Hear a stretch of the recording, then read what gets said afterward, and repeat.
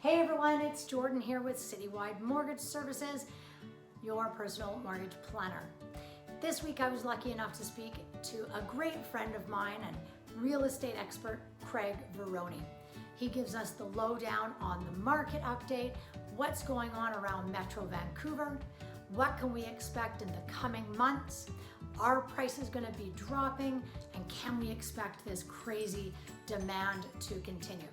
I also talk about rates and how that's faring for my buyers right now. So I hope you enjoy, check it out, and I'll see you soon. So I don't think any of us could have foreseen, kind of the explosion in the market. We're thinking, okay, we're, COVID times, people are losing their jobs, and, sales and listings are exceeding the expectations that we had. And then Evan Siddall came out not too long ago from CMHC and said, well, there's going to be, a 9 to 18% drop in housing prices. And I have clients who are doing that. Well, let's just wait then. We're waiting for this, we're waiting for this drop. Others are just saying, oh my goodness, I want to move. I want to get out of the city or whatever. Do you agree with that 9 to 18% projected drop by CMHC?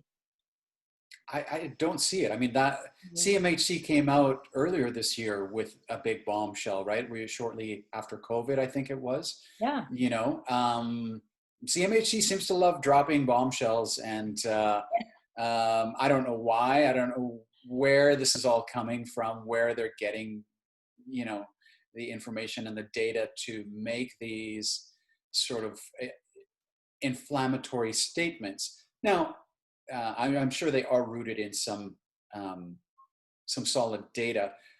However, none of their projections have come remotely close to fruition. So I don't think there's going to be a 9 to 18% drop. And we also have to be careful. This is a blanket statement across Canada, right?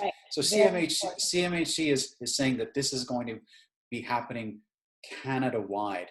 Toronto and Vancouver markets are really, they're kind of outliers, from the rest of Canada. You can't really say what's happening all over Canada is going to be happening in Toronto or is going to be happening in Vancouver. It just isn't the case. We're two very, very different markets.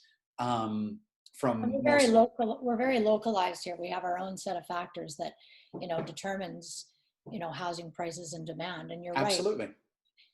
It doesn't seem to be going with the grain.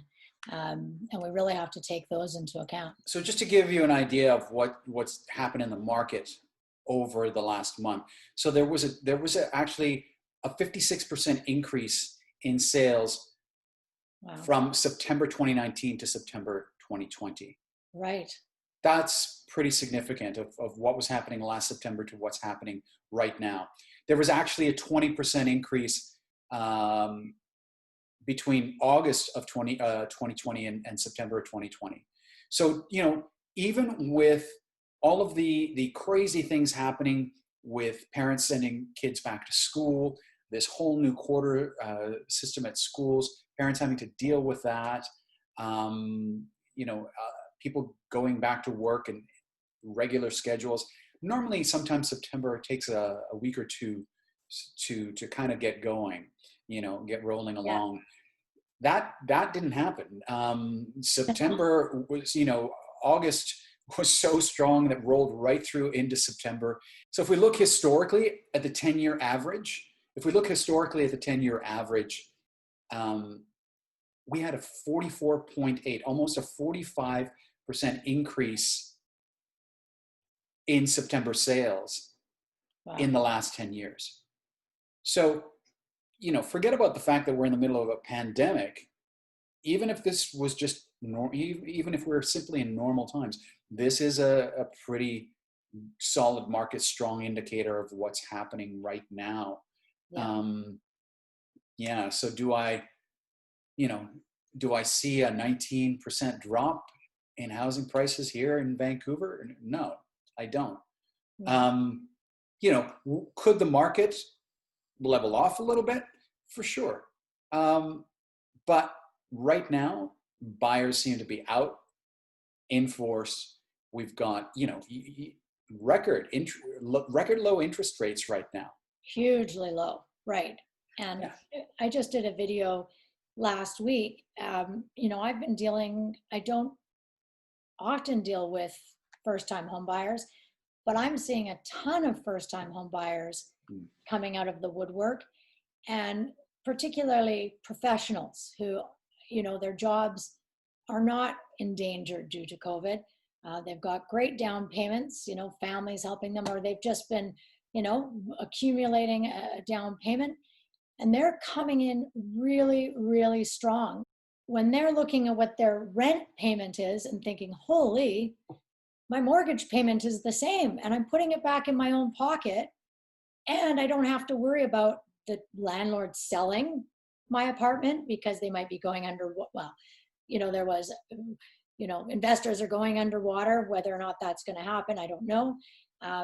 And the monthly payments have dropped so much. You can lock in for 5 years.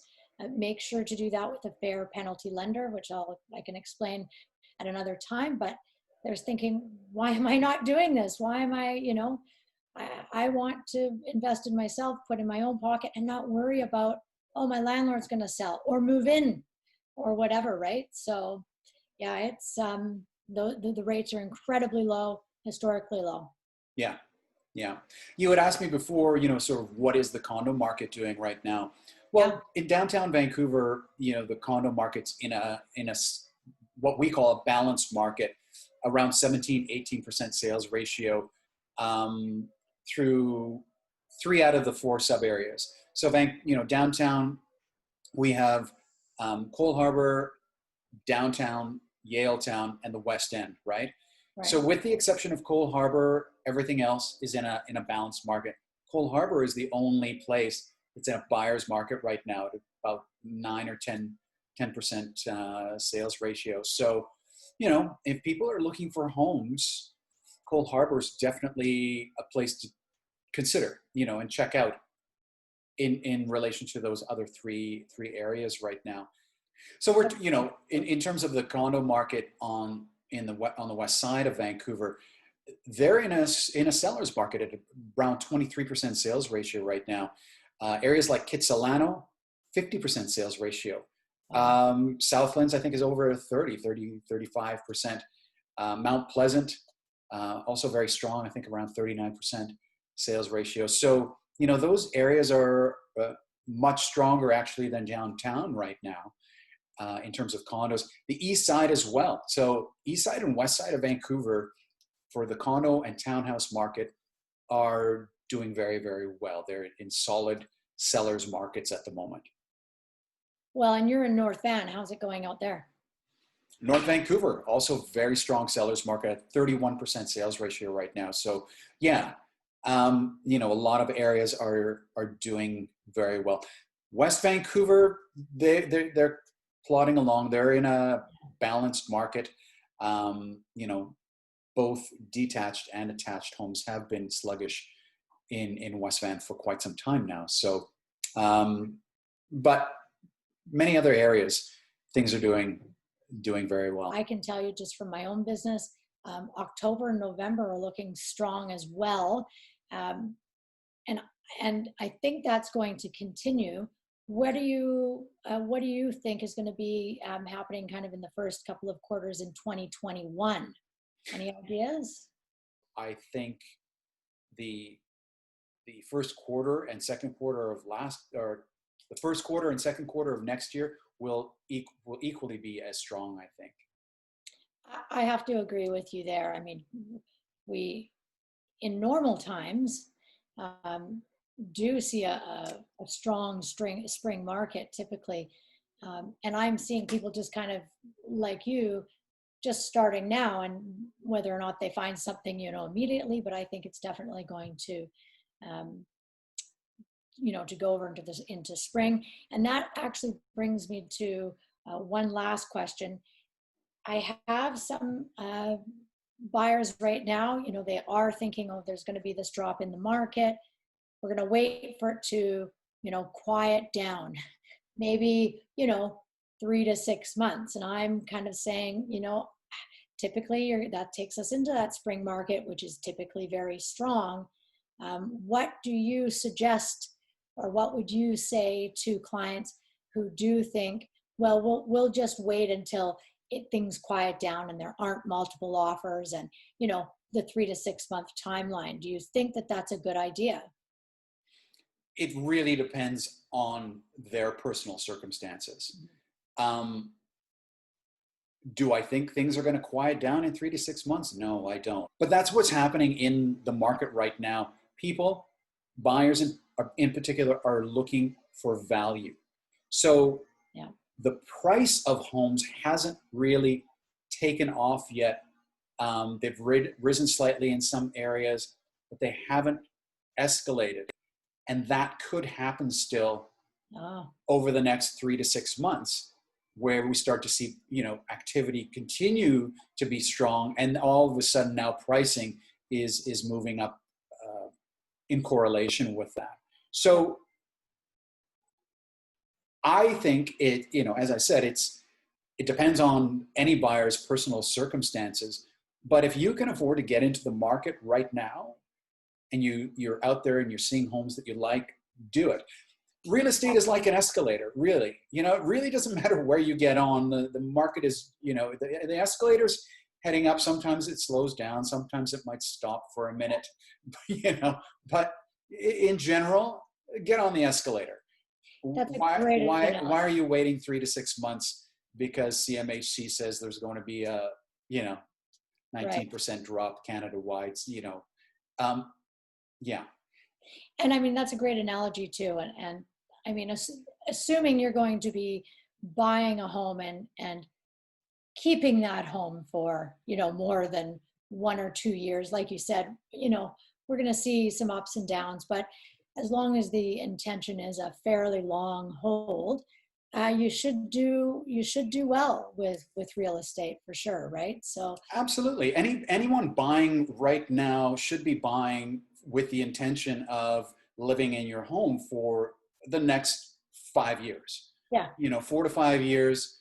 If that's your plan, if that's what you're doing right now, you're upsizing or moving from one area to another. But the plan is you're going to be living in that home for conceivably the next 5 years. You're going to be fine. That's exactly what you should be doing. If you're looking to move and maybe sell in a year or 2 years, absolutely, there's a lot more risk with that. And you could be caught in a situation where the market's actually plateaued a bit or dipped a bit, or, but for most people are looking to get into a home right now that they're going to be in for at least the next 4 or 5 years. And as you said, you brought up a great point, and I tell, most of my buyer clients this, like, what's the difference between working with a bank or going with a mortgage broker? And I often tell them that, because they said, we've been pre-approved with the bank. And I said, are you sure? Yeah. Because most banks will give you a pre-qualification, but they don't go through the full pre-approval process. It's a big process. You have to, submit a lot of documents, and it's a big process. But it's important and it needs to be done. So most banks don't do that. Mortgage brokers certainly will, and that's what you need. You don't need the pre-qualification. You need the pre-approval. Right. So please make sure that if you're thinking of heading out there looking at home, that you get your pre-approval done first. And if you're looking for a great mortgage broker, Jordan Thompson is fantastic. Well, there you go, everyone. Thanks so much for taking the time to check out our interview. I hope you have a fabulous Thanksgiving weekend, and thank you so much for your continued support. Take care, and I'll see you here next week.